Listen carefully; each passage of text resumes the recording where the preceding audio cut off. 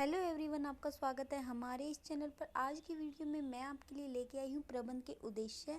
इससे पहले वीडियो में मैंने आपको बताया था कि प्रबंध क्या होता है, प्रबंध की विशेषताएं क्या होती है।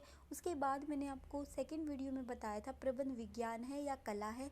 उसके बाद आज मैं आपको बता रही हूँ प्रबंध के उद्देश्य कौन कौन से होते हैं। अगर आपको मेरा वीडियो पसंद आए तो वीडियो को लाइक और चैनल को सब्सक्राइब कीजिएगा। आपको मेरे चैनल पर कॉमर्स से रिलेटेड हर इम्पोर्टेंट टॉपिक की वीडियो मिलेगी। तो सबसे पहले प्रबंध के 3 तरीके के उद्देश्य होते हैं।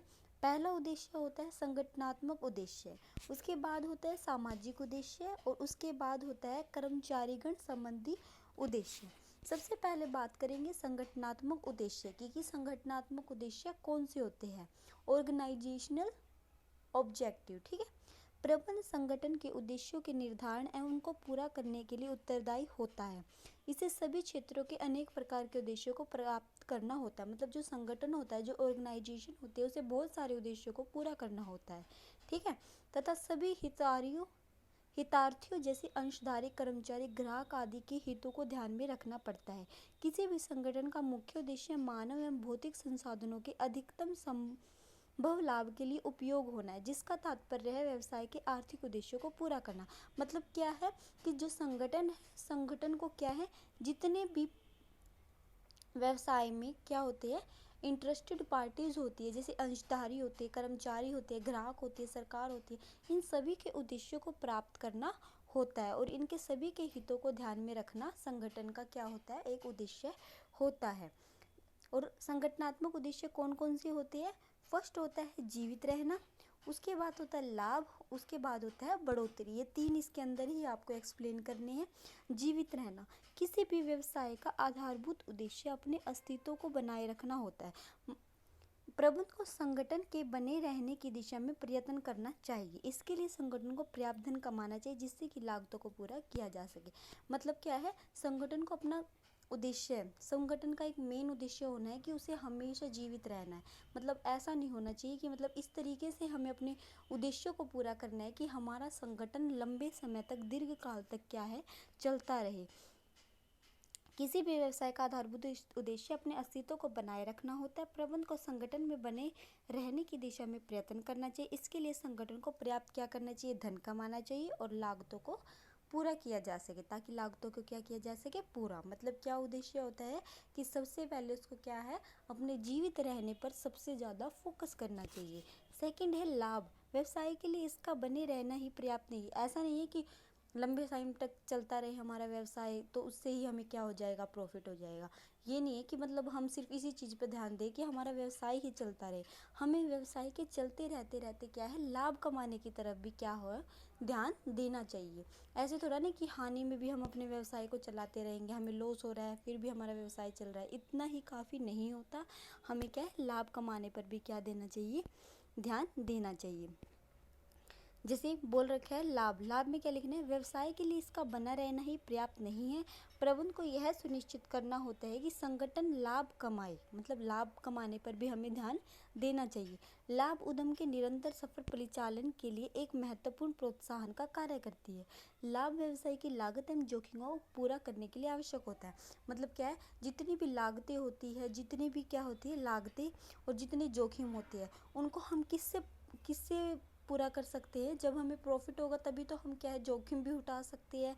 और क्या है, अगर हमारी लागत मतलब कॉस्ट अधिक आ रही है तो हम सबकी पेमेंट भी कर सकते हैं। मतलब क्या, लाभ बहुत ज़रूरी होता है। इससे अगर हम लाभ कमाएंगे तो हमारा व्यवसाय ऑब्वियसली बात है कि लंबे टाइम तक ही चलेगा अगर हम लाभ कमाएंगे तो हमें सबसे पहले जीवित रहने पर ध्यान देना चाहिए कि हमारा व्यवसाय चलता रहे। उसके बाद हमें ध्यान देना चाहिए कि हमारा व्यवसाय लाभ भी निरंतर कमाता रहे। थर्ड है हमारा पॉइंट बढ़ोतरी। दीर्घ अवधि में अपनी संभावनाओं में वृद्धि व्यवसाय के लिए बहुत आवश्यक है। इसके लिए व्यवसाय का बढ़ना बहुत महत्व रखता है। उद्योग में बने रहने के लिए प्रबंध को संगठन विकास की संभावना का पूरा लाभ उठाना चाहिए। व्यवसाय के विकास को विक्रय आवर्त, कर्मचारियों की संख्या में वृद्धि या फिर उत्पादों की संख्या या पूंजी के निवेश में वृद्धि आदि के रूप में मापा जा सकता। मतलब हमें अपना व्यवसाय बढ़ाना चाहिए। अगर हमारा व्यवसाय छोटा है तो हमें उसको बढ़ाना चाहिए। कैसे कैसे हम बढ़ा सकते हैं, या तो हम कर्मचारियों की संख्या में वृद्धि करके, वृद्धि कर दे, या हम अपने उत्पाद, जैसे हम एक प्रोडक्ट बना रहे थे तो हम 2 प्रोडक्ट बनाने लग जाएंगे, जिससे हमारे व्यवसाय में क्या हो, बढ़ोतरी, या फिर हम निवेश ज़्यादा कर देंगे अपने व्यवसाय में, इससे हमारा व्यवसाय क्या होगा, बढ़ेगा। तो समझ आया, संगठनात्मक उद्देश्य में 3 उद्देश्य होते हैं। एक होता है जीवित रहना, दूसरा होता है लाभ, सबसे पहले जीवित रहने पर ध्यान देना चाहिए। उसके बाद जीवित का मतलब होता है हमारा व्यवसाय लंबे टाइम तक चले, लंबे टाइम तक चलते रहेगा तो हमें लाभ कमाने पर भी ध्यान देना चाहिए और हमारे व्यवसाय में बढ़ोतरी भी करनी चाहिए, मतलब हमारे व्यवसाय को एक्सपेंड करना चाहिए, ठीक है। सेकंड है जो आपका, वो है सामाजिक उद्देश्य। समाज के लिए लाभों की रचना करना है। संगठन चाहे व्यावसायिक है अथवा गैर व्यावसायिक, समाज के अंग होने के कारण उसे सामाजिक दायित्वों को पूरा करना होता है। इसका अर्थ है समाज के विभिन्न अंगों के अनुकूल आर्थिक मूल्यों की रचना करना। इसमें सम्मिलित है उत्पादन के पर्यावरण भिन्न पद्धति अपनाना, समाज के वंचित वर्गों को रोजगार के अवसर प्रदान करना एवं विद्यालय और स्वास्थ्य सेवाओं जैसी सुविधाएं प्रदान करना।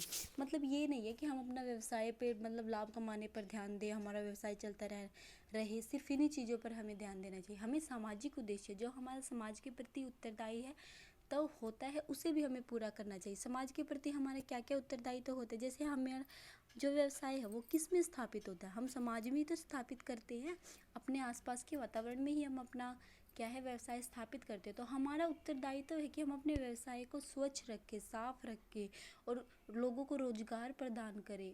और क्या करें, मतलब व्यवसाय को मतलब निरंतर तभी बढ़ेगा जब हम अपने सामाजिक उद्देश्य मतलब लोगों की तरफ ध्यान देकर चलेंगे। व्यवसाय के वातावरण को भी क्या करेंगे, हम दूषित होने से बचाएंगे। ऐसा नहीं कि हमारा व्यवसाय तो लाभ कमा रहा है लेकिन हमारी कंपनी की वजह से लोगों को क्या है, बीमारियां बढ़ रही है, हमारी कंपनी में से धुआं आ रहा है जिससे लोगों का क्या है, स्वास्थ्य पर बुरा प्रभाव पड़ रहा है। तो हमें क्या है, सामाजिक उद्देश्यों को भी ध्यान रखना चाहिए, मतलब इस तरीके से व्यवसाय करना चाहिए कि हमें क्या है, प्रॉफिट भी हो और समाज का कल्याण भी हो, लोगों को रोजगार भी मिले, ठीक है।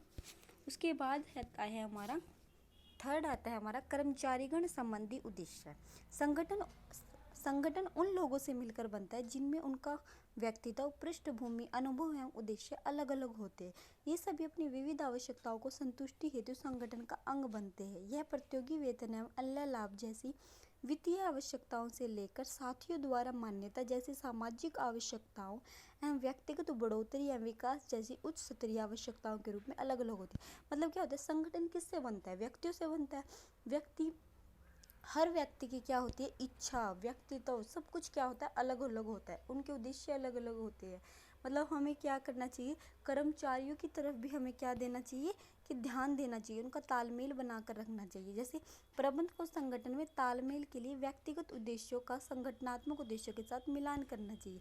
मतलब क्या करना चाहिए, हमें देखना चाहिए कि हमारी संगठनात्मक उद्देश्य क्या है और हमारे कर्मचारी क्या चाहते हैं, मतलब कर्मचारियों की मांग की तरफ, उनकी जो हमसे कंपनी से जो आशा है उनकी तरफ भी हमें क्या देना चाहिए, ध्यान देना चाहिए। वैसे आपके बुक में 2 ही उद्देश्य मिलेंगे, संगठनात्मक उद्देश्य और सामाजिक उद्देश्य, लेकिन थर्ड जो उद्देश्य है वो आपको वो भी ध्यान रखना चाहिए, वो कर्मचारियों का उद्देश्य है कि हमें कर्मचारियों की आशाओं की तरफ भी क्या देना चाहिए, ध्यान देना चाहिए।